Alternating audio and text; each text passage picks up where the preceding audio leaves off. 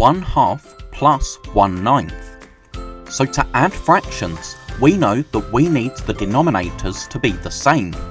But 9 isn't in the 2 times table. 9 isn't a multiple of 2. So we'll need to find 2 equivalent fractions for both 1/2 and for 1/9. Now 18 is in both the 2 and the 9 times table.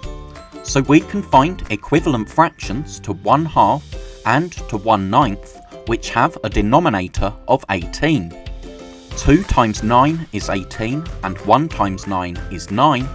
9 times 2 is 18 and 1 times 2 is 2.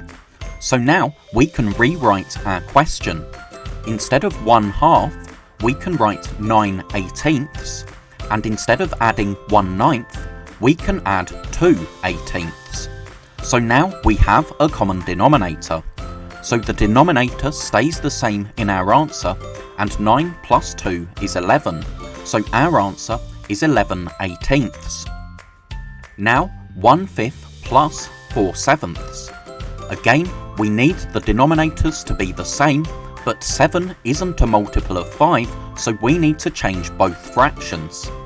35 is in both the 5 and the 7 times table, so we can find equivalent fractions with 35 as our denominator.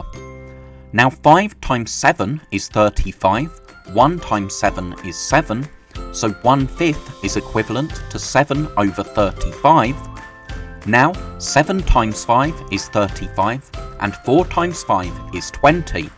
So we can rewrite our question.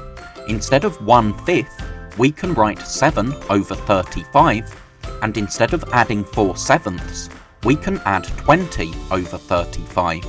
So now we have a common denominator, so the denominator stays the same in our answer, and 7 plus 20 is 27.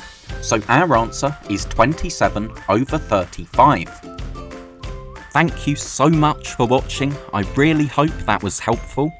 If you're a teacher or a parent, then please subscribe or go to keystage2maths.com to download resources for this lesson and many more. That's all for now. I'll see you in the next video.